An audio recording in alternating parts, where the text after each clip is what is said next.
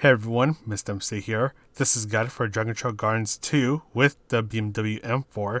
Let's get this started.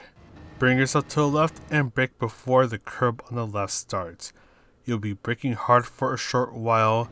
Gently ease off of the brakes as you turn in, and you want to be careful with when you start to accelerate, especially in this car, as this car can generate some wheel spin which can throw you off for a spin. So after you pass the second Pirelli sign on the right, so this Pirelli sign right here, you want to start to turn in and use some of your braking power. Then accelerate for a short moment, then brake some more. Do not use too much braking power so you do not end up understeering into the wall. Carefully accelerate, bring yourself to the left and brake when you go under the Dragon Trail sign. Brake hard for a very short moment. Quickly start to ease off of the brakes and take your time starting to accelerate. Do a short lift off of the throttle here if necessary, but take this right turn at full throttle. Now stay on the left and brake before you reach the 100-meter mark. You'll be braking for a while, and all you want to do, especially in this car, is just have the car quickly rotate, have a point where you want to go, and then start to fully accelerate.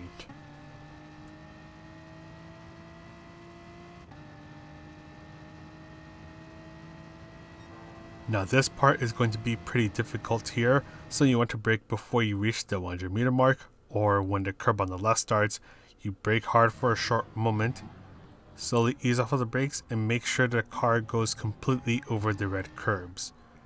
Brake a bit more, get the car to rotate, go over the other red curb, then do a short lift as you make this right turn. Then fully accelerate your way out. Do a short lift as you make this right turn, and you just want to control the throttle for a bit, and you are finally good to go. We'll complete this lap and then we'll go ahead and quickly talk about the strategies.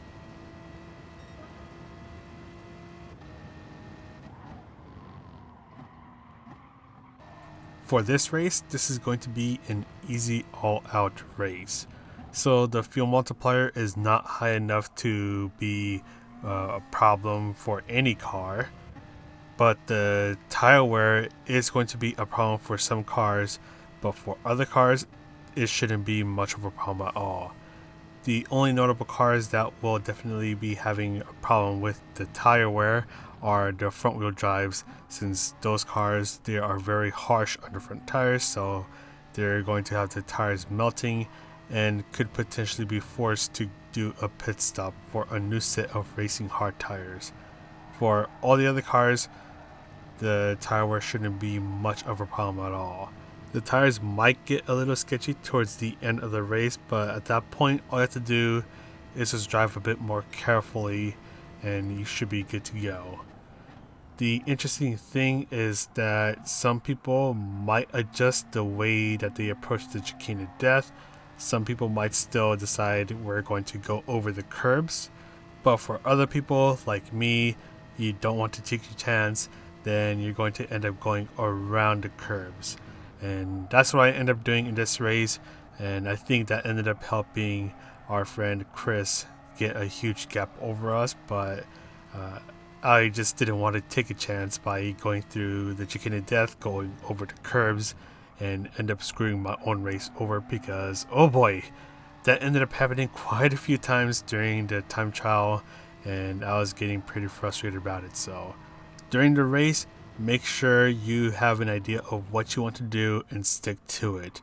If you're going to go over the curbs, then make sure you know how to do that and stick to that.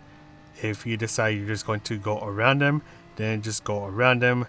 Don't change your plans in the middle of the race, because that could potentially screw up your entire race, especially if you end up making a mistake. But yeah, so you just want to be careful with the chicane of death, and your tires shouldn't be much of an issue at all if you are not in a front wheel drive car. And fuel is not an issue at all, and be careful with the penalty system because it is pretty sketchy right now. But anyways, that is pretty much it for this guide. Once again, all out race if you are not in a front wheel drive car. But anyways, I'm going to go ahead and sign off now. So this is Mr. MCA. Try not to get a silly penalty, and I'll see you in the next video.